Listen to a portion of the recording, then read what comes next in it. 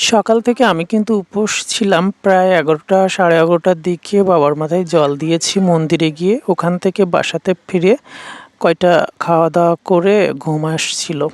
শরীরটা যেহেতু ক্লান্ত লাগছিল এইজন্য ঘুমিয়ে পড়েছিলাম।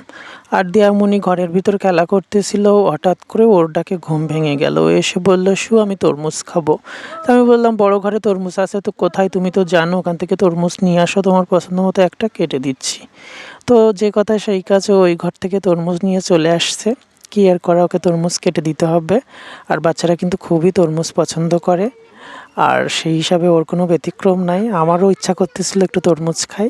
তো কি আর করা, তরমুজ কিন্তু নিয়ে কাটতে বসে গেলাম। আর তরমুজটা কত সুন্দর হইছে দেখুন। লাল, লাল হইছে এক্কেবারে ওই যে মামার মতো। ওই কী রে, কী রে মধু, মধু। তো জমিয়ে ২ জনে তরমুজ খেলাম। আর সবাই খাইতে আসবেন, এটা কিন্তু আমাদের ক্ষেতের তরমুজ।